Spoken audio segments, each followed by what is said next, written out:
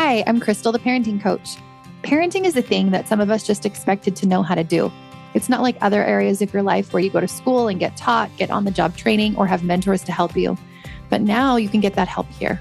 I believe that your relationship with your children is one of the most important aspects of your life and the best way that you can make a positive impact on the world and on the future.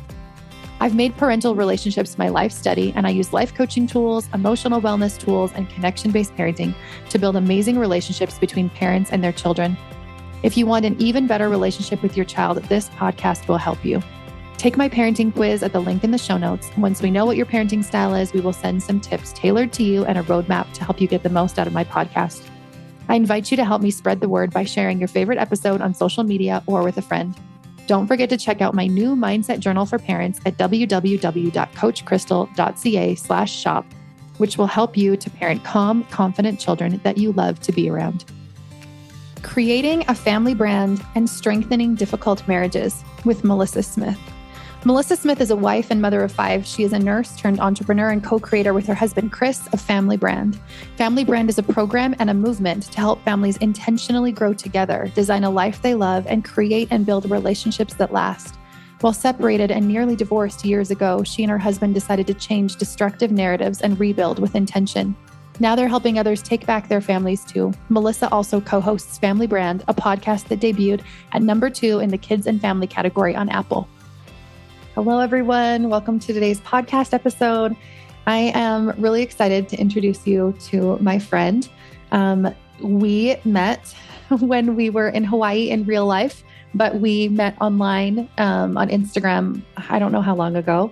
Her and I have been on her podcast also. So I'm actually going to let Melissa introduce herself and tell us a little bit about what she does. And then we'll dig into the conversation, but it's going to be super interesting. So if you are interested in learning more about marriage, relationships, and family values, this conversation will be for you.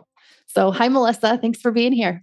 Thank you, Crystal. I'm excited. By way of an introduction, I am Melissa. I am married to Chris. We have 5 kids, ages 6 to 15, and we have a podcast called Family Brand. We have a program called Family Brand also, and we will get into this in a little bit about what Family Brand actually is, but it's a program essentially for families on how to build stronger families, create more intention and adventure, and just a life that you really love as a family. Yeah. I love it. I love it. I think that is actually how I found you because I think I follow Abby Ayers. Is that how you say her last name? Ayers. Mm-hmm. And she had shared about you on her Instagram. And I went over there and was like, oh, this is so good. And I followed you for a while and was like, it's just so aligned with everything that I teach and talk about on my podcast and my Instagram. And so I knew it was going to be such a good collaboration. And then we both ended up having kids exactly the same age and both ended up being in Hawaii at the same time with our kids. We both love traveling. And our oldest kids are both taking college right now. While they're in high school, they're doing college courses. So there was just a lot of alignment there also. So I was excited to have this conversation. And one thing that I've noticed has been coming up, at least for me, for my clients, for what I've seen in my life and my friendships and family, is that a lot of people are struggling in their partner relationships and having healthy communication and just really feeling safety and connectedness within the partner relationship. So I talk a lot about families and parenting and whatnot, and I don't talk as much about that relationship. And I think that all the principles that I teach apply to both for sure. But I was really interested in on your Instagram stories a few times, you've talked about your relationship with Chris and how it's kind of changed over the years. And your family now is just so lovely and so obviously connected and just wonderful. And so it's easy to look at people like that with families like that and be like, oh, they must have always been that way. And I know for me, that is not the case. I really struggled through my parenting for so many years. And you've opened up about that not being always the case for you and for your husband, Chris. So if you're comfortable, I would love to hear a little bit more about that story.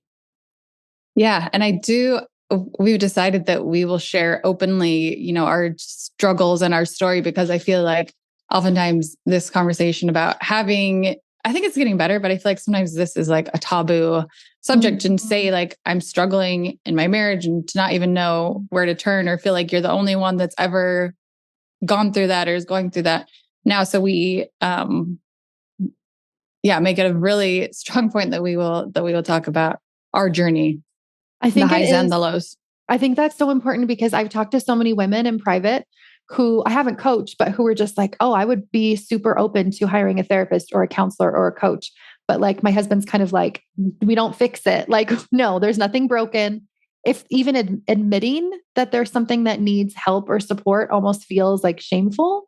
And I think that does come from generations before us, of like, everything stays in the home. Like it's all kind of like shameful, small, hidden. We don't talk about that there is problems, even though in reality, every single human deals with these issues. Like we're all human. We all make mistakes. We're all just like trying to figure it out. And so I think part of unshaming parenting, unshaming living, unshaming marriage is bringing it to light, is telling our stories. Totally. And I feel like, to your point, our story, I guess, is we were married really young. I think I was 20 and my husband was 22. And then, after the birth, I think 4 years or so passed, and we were happy enough, I guess you would say, but definitely like we didn't date very long. And we just, after the birth of our second son, like right after the birth, like still, and that was like that 6-week postpartum moment, like my husband came home and was like, I'm not happy. Like, I don't want to be married anymore. And I was like, I knew that we weren't connecting well at that moment, but I just had chalked it up to most recently, like, well, we just had a baby and like, there's so much going on. But I didn't see that coming, like in that way, as far as like, I'm ready to be done. And I was totally devastated by it. But I think a lot of times in marriage, what I've found since then is that it won't, as long as, so he was ready to give up on the marriage, but I, for whatever reason at that moment, felt like, no, like it's not time. And so when it came to like finding a counselor and things, he was like, he was going to go along with it just so he could say like, check that box, basically. Like, okay, we saw a counselor, check the box. Now, oh my goodness, I could tell you so many stories that I know exactly like that. So we're like, okay, we'll go once. Once they've already decided in their mind, it's over, it's done. And literally only saw a counselor one time, just to be like, not change my mind. Like, yeah, it's over. We did that. Yes. And so I think that whenever I talk about this, I feel like I have to give this, I don't know, this big caveat, like, I don't feel like every marriage should be saved or every marriage should stay together. But for ours, I felt very strongly that ours was a marriage that I wasn't ready to give up on yet. And so we saw a counselor one time and I didn't like that counselor, and neither did Chris. And so I, went back online and I started researching more counselors, and then another counselor stuck out to me that I was like, no, I think we need to try one more counselor. And I've since learned that when going to find a counselor, especially like in a marriage, it is important to like build that rapport. And sometimes you get there and you don't build like that relationship right away. So it's okay to like shop around a little bit until you find someone. It is more than okay. In fact, I think you should do that. And so you're not just like with a therapist for a year or more and not getting any results or any change happening, because there really isn't that connection, or it's not effective for you. So that is very good advice. Yeah. So the second counselor that we saw, like the first session that we had with him, we came together. Chris and I came together to that. Well, we drove separately, but we came to the appointment together. We were separated at the time. We decided to separate, and he was living with some of our friends, and I was staying home with our 2 toddlers. And we just connected with this gentleman in a way that we hadn't with the other one. And I felt like he saw us like as a couple, and he asked us our story, and we told him our story and, how we had met and everything. And he just told us like, I think you have something worth fighting for. And no one had been willing to tell us that before. Like everyone was willing to be like, well, whatever you think, and we'll support you. But I think so desperately we needed someone to be like, you have something worth fighting for. And he saw Chris individually. Like Chris was struggling. I always get like emotional about this. Chris was like struggling. I was struggling, of course, but he saw each of us and was able to like pour into us individually and as a couple. And we didn't even see him that long, but that like really changed things for us. And of course, it was a longer from there, like rebuilding, but that was like a huge changing point for us. That is so beautiful that he was able to like see you both individually and see the relationship and have that belief for you. Because when we don't have that belief, it's really hard to try and like push through. And especially there's so many other outside opinions on like you tell them the story and they're like, oh no, that's not okay. Or this is okay. Totally. Or like you should work on it or you shouldn't. And everybody else seems to be really opinionated about how you should live your life. Yes, totally. And so it can kind of get in the way of your own like inner story. But I love that you knew that you weren't ready to give up on it and that you like worked and tried to find something that worked and that you kind of followed your own intuition to find that person. Totally. Yeah. That he was a blessing, such a blessing in our life that we did find him. And I think that, if you're in that place like that, it feels like such a desperate place. Like when your marriage is like really struggling and it feels like I feel like when that part, like when your marriage or partnership with your significant other isn't working, I think it affects so many things in your life. Like it shows up in so many ways. Like it shows up in your parenting and it shows up, in your work and all of your other relationships. It's really challenging when that one relationship isn't working, how it affects so many other things. I think that everything is so much more interconnected, right? It's like my back is sore and then like my knee kind of gets pulled out when I'm like walking because my back's not like, we know that everything in our body is interconnected. Like one thing affects another thing affects the other thing. And I think it's so true with our life too. If one thing is like out of balance or out of alignment, it's going to affect every other area of your life also. And if that one thing gets back in alignment, you feel it everywhere in every other aspect. So you're here, you're seeing a therapist, things are still rough, but you're like believing in it, working on it. What happens next? Yeah, I think when people ask me this, they're like, so what did you do? And I'm like, how do I adequately describe this in like a very short amount of time? Because I wouldn't say it was any one thing, but if I could say like one big idea from there, I think we realized that I got to work on me and Chris got to work on Chris and becoming the person that we wanted to be individually, like the best versions of ourselves. And I think that as we worked on that is what made the biggest difference. Cause it wasn't about, I think a lot of our marriage had been like, well, if you wouldn't do this, then I wouldn't do this. And if it wasn't this way, then it wouldn't be that way. But it's like taking 100% responsibility, each of us individually for the marriage as it was and for the creation of how we wanted it to be and how we wanted our lives to look after that going forward. I occasionally coach couples either on parenting or on their relationship. And that is literally what I start off with. I'm like, really? It is not your together work that needs like healing. It's the like our own inner self work. Because as we work on a relationship with ourselves, then we're coming to that relationship from like a healed, more emotionally responsible, emotionally mature space. And so I find that when there's like, because there's a lot of prescriptive marriage advice out there of like, even like reflective listening, like say like, I feel this when you do this and make sure you're looking at them in the eyes and you take time for date nights and like, they're giving you really specific things to do. And then some people are like, well, this isn't really working or it feels inauthentic. I think it's so much more effective than instead of doing that advice to take time to do whatever your own inner healing is. Like not even finding a marriage therapist, you can just find somebody for you too, and they can find somebody for them or whatever healing modality feels right for each of you. But I do think it is that self-healing that then you can come together as these whole people and you just naturally communicate effectively. You don't have to worry about how do I do reflective listening and how do I make sure that they're feeling validated. Like, I think it just happens more naturally like healthy communication just kind of comes naturally from that space. Yeah, I totally agree. And I do like still, like we had this guest on our podcast last fall talking about conflict resolution in a marriage. And I was like, oh, I'm taking like some really good things away from this that I didn't even know. Like, I think there are, those skills can be, to learn some of those skills can be important, but as a big picture, first off, I love that you started there because I think that that is so true. Yeah, because you can try to use those tools, but they can still come across as being really inauthentic. I remember like pulling out a phrase that I was like taught to use. I don't remember what it was, but it was from some Brene Brown training that I was taking. And my husband was like, you got that from Brene Brown. That is not from you.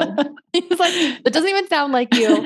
Just like, tell me what you want to tell me. You're right. And I was like, okay, fine. And he was like, you don't ever have to like use scripts on me. And I'm like, okay, let's just have a conversation. But, anyway, but I do think like there are some helpful tools. Like I'll learn something and I'll be like, oh, that's so good. Like that's something that can really be helpful. But I think so much more than that is like our own inner self-work, whatever you want to call it, our own inner healing.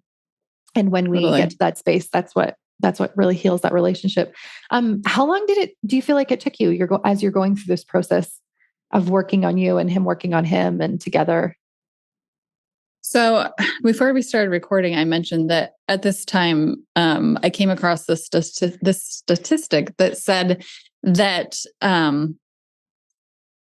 they were interviewing couples that rated their marriage or their relationship as unhappy. I think it was actually labeled as extremely unhappy. And when they interviewed these couples, the sample 5 years later, couples that had chose to stay together to continue to work on their marriage, 87% of them rated their marriage as extremely happy 5 years later. And I remember when I first read that statistic, this is like during our darkest moments of separation, feeling like really hopeful that 87% of these couples were happy, like 5 years later after, they'd started this experiment, I guess you would say. But also realizing 5 years was a really long time. Like when you're in the middle of it, 5 years seems like forever. Like we hadn't even been married 5 years at that point. So to think like more than doubling the length of our marriage up to that point. Yeah, it was like, that is a really long time. But that totally gave me hope to be like, okay, we can find happiness. Like I know we can. And it's not just like this outlier, like that we can do it, but like no one actually does. It was like, no, 87% of these couples found happiness, created happiness, in their marriage. And so I would say, so I had then my newborn and then, and it wasn't this like linear, like every day is getting better. It was like up and down and up and down. But I would say, I think that is always how it goes, by the way. To say that we want it to be like linear progression where we can look back and be like, last week was worse and this week is better and it's better. And I just don't think it works like that. Yes, absolutely not. So, but that can feel so discouraging. But it was, we had another baby like 3 years later, but prior to having her, we decided like, okay, are we in this? Like, are we in this marriage? Like, are we doing this? Like, are we sticking together, like no matter what? And so that had us, the thought of having a new baby, I think really, it was before we decided to have a new baby, we were having these conversations and we decided, like we're going to do it. Like we're going to create a life together. And, so like I said, we had another baby about 3 years later, but I would say probably 2.5 years or so, like consistent, like effort and attention. And even since then, it's like, we know the risks. I just feel like now I approach my marriage in such a different way than I would have if we had never been through any of that before. So I feel like even from that point, it's like, we're still having our date nights. We're still like making time to connect with each other, like in a meaningful way, realizing, what it really takes to keep a marriage alive. Like, I feel like it is like almost like a living, breathing thing that you have to invest intention and love and time into creating. And I feel like, I'm sure take my marriage, my husband for granted, but not anything like I think I would have had we not gone through this, what we went through together. That is so beautiful. And I think that idea of our marriage being this living, breathing, organic thing makes so much sense because like if you think of your relationship with like your kids, you like think of each one of them individually, right? Like at least I do. I'm just like, how is this going? Like, do I need to spend more time with this kid or how are they feeling and how is our relationship? And I'm kind of like almost auditing them just to be like, hey, I think this kid probably needs a little bit more time from me, or this one needs a little bit more one-on-one or whatever. And this one needs a little bit more snuggles, whatever that is. I'm kind of thinking about that just like naturally as I go through the day and working on this living, breathing relationship. But it's so easy to put our marriage relationship or our partner relationship to the side because we're so focused on that, or maybe ourselves and what we're doing, in business or work or whatever, and not intentionally take that same time to like really audit, like, how are things going here? Like, what is it like? What needs to change or shift? Do we need to spend more time together? So I love that, that focus that you put into it and how differently you view it. I think I view parenting so differently too, because of all the things I went through that now it's just such a different, I cherish it so much. And I have so much gratitude for how amazing my relationship with my kids is because it was so not amazing for so many years. So I'm glad you brought that up. All and right. I think too, we can shift from here, but I think too that, oh shoot, I forgot what I was going to say. That's okay. That's okay. If it comes to you, bring it back up again. Okay. So I want to talk about how this kind of shifted into what you do now. How did going from that and then like appreciating your marriage and having this strong marriage and family build the family brand? Yeah. So from there, I'm trying to think timeline wise. Okay. So Chris has a consulting company and he helps companies that hire him or individuals that hire him. He helps them get really clear on what it is they stand for as a business and what they want to be known for as a business. Kind of like these foundational identity pieces that sometimes they either forget or you don't really like dial in to begin with. So it kind of helps them visit their origins and their roots. And from there, like they can oftentimes they'll like experience really great growth once they connect back to that. So one day he came from work and he was like, we should take our family through my process. And as an entrepreneur wife, Chris was always like coming up with things like, we should do this or we should do that. Yeah. And I was like, okay, yeah, let's take our family through your process. So we went to his office one day, the whole family. This was probably like 16. And we sat in his office and we like went through his process. And at the end, I was like, that was actually really profound. That was actually really cool. And we kind of just branded our family in a way. We got really clear on who we were as a family, what we wanted to be known for.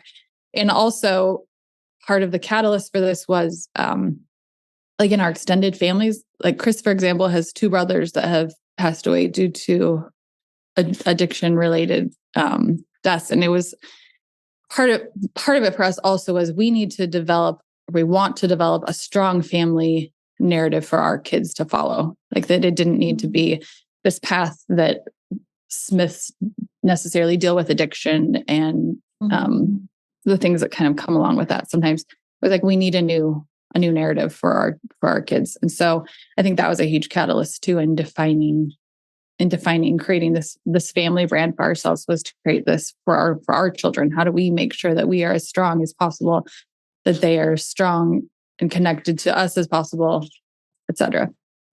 So then from there, we kind of took our family through it. And then Chris, again, the entrepreneur that he is, loves talking about it. So he's talking about it to everyone. Like, hey, we just took our family through this thing. We eventually called it Family Brand. And then just people that he know were like, well, can you come talk to our community about this? Like, this sounds really cool. And then I think I was a little apprehensive about really wanting to make it something more than just this cool thing that we did. But I had this really cool experience too, where I felt like really strongly from God, like, hey, this wasn't just for you. Like, this is for other families too. And this is what your next thing is.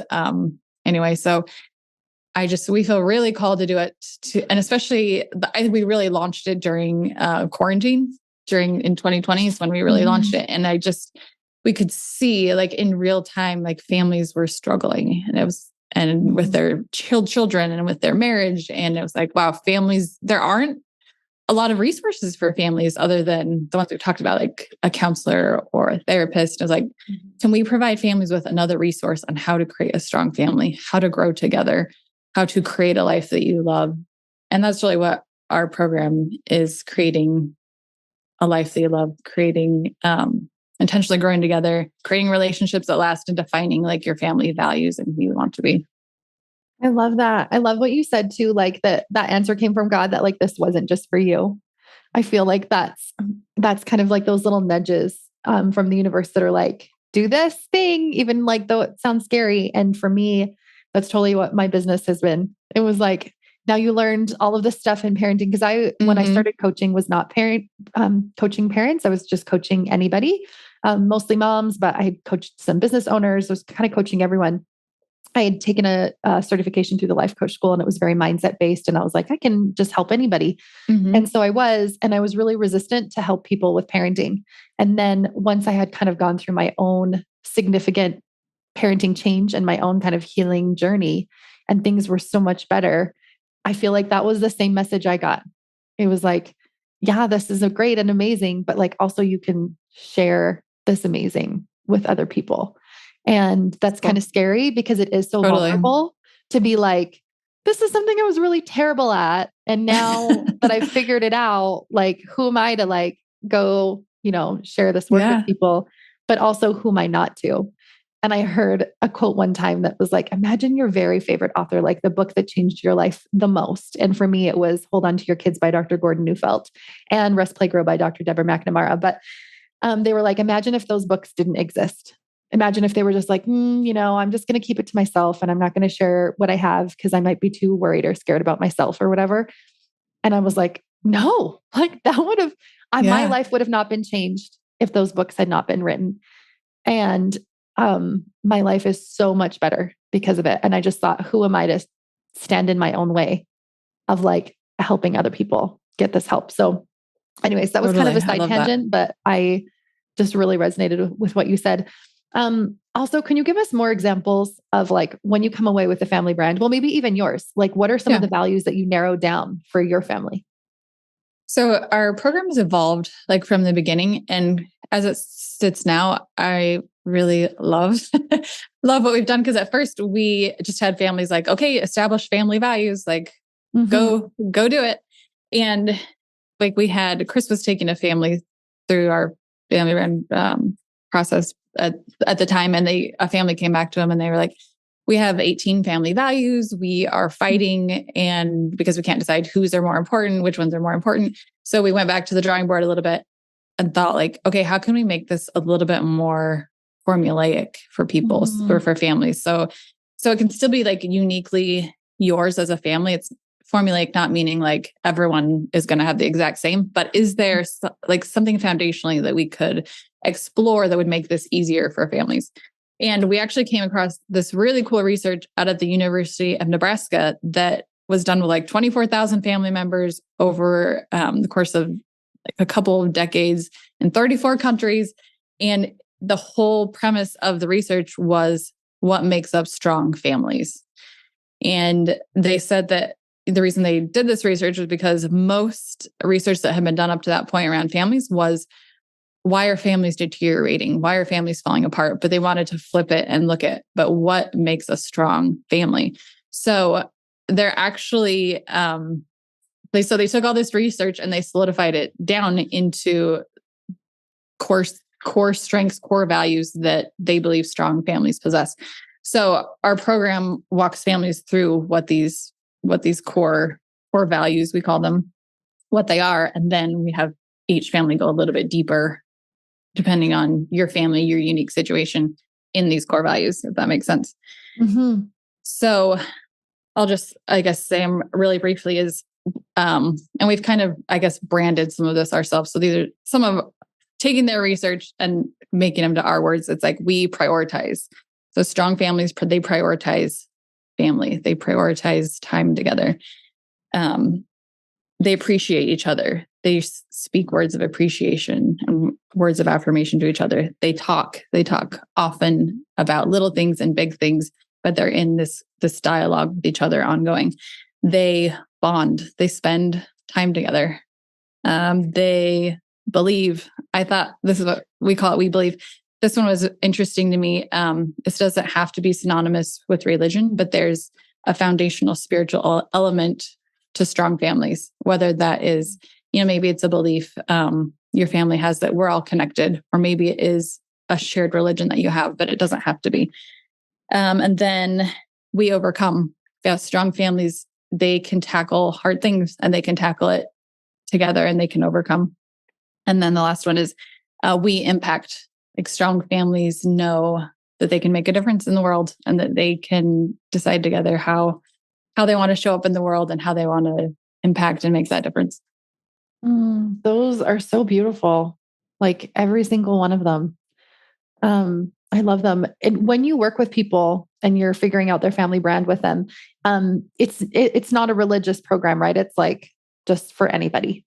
Yeah, absolutely. We've had just a couple months ago, we had a couple going through our program that he's Christian, she is atheist, and they were able to create a beautiful family brand with these differing beliefs, which actually we have found a lot of families have enjoyed our program if they do have differing religious beliefs, because it's a way for them to come together in a way that sometimes can feel a little tumultuous, I guess, at times. I actually love that as a solution, because I do think a lot of people, I have friends in mixed faith marriages or that have been, but are no longer together. And I think that often comes head to head and you're like, well, you can't have one or the other. Like it either has to be your marriage or your faith, instead of being able to still be in your faith and them still be in their belief and not have it take away from each other. In fact, I think it can often amplify your relationship as you kind of work through that. So I love that. That's been your experience too. Okay. I think that's all my questions. I think I asked everything, but before we go, can you share how people can work with you and especially how they can share in your program and stuff? Yeah. So you can, like I mentioned at the beginning, we have a podcast called Family Brand. You can probably find it on any platform. And then familybrand.com is our website. And I have a cool quiz on there right now. It is, what's your family culture? And so it just walks you through. It's just 10 questions and it walks you through like different components of family culture. And it kind of shoots you out a score at the end, showing you like where you lie, maybe, and then you get some idea of like where you can improve. And then it sends you, it'll send you an email too about what I believe is like the foundational piece of a strong and amazing family culture. Oh, I love that. Mine is also a quiz. It's a Find Your Parenting Personality quiz. And it does awesome. a similar thing, gives you one of 4 personality types and then tells you kind of the weaknesses and strengths there and what you can work on. Okay. I will have all of those links for sure in the show notes as well. And make sure you go check out Melissa's podcast. It's awesome. And I just love the idea of like just really intentionally building a family culture, a family brand, and talking to your kids about values and impact and why these things are important, and really building that relationship and kind of giving our kids oftentimes maybe things that we didn't come from our family of origin, and being able to kind of change that narrative and kind of shape the story that we want to give them. So thank you so much for being here. And I hope everybody else enjoyed this episode as much as I did. See ya. Thanks for listening. If you'd like to help spread this work to the world, share this episode on social media and tag me. Send it to a friend or leave a quick rating and review below so more people can find me. If you'd like more guidance on your own parenting journey, reach out.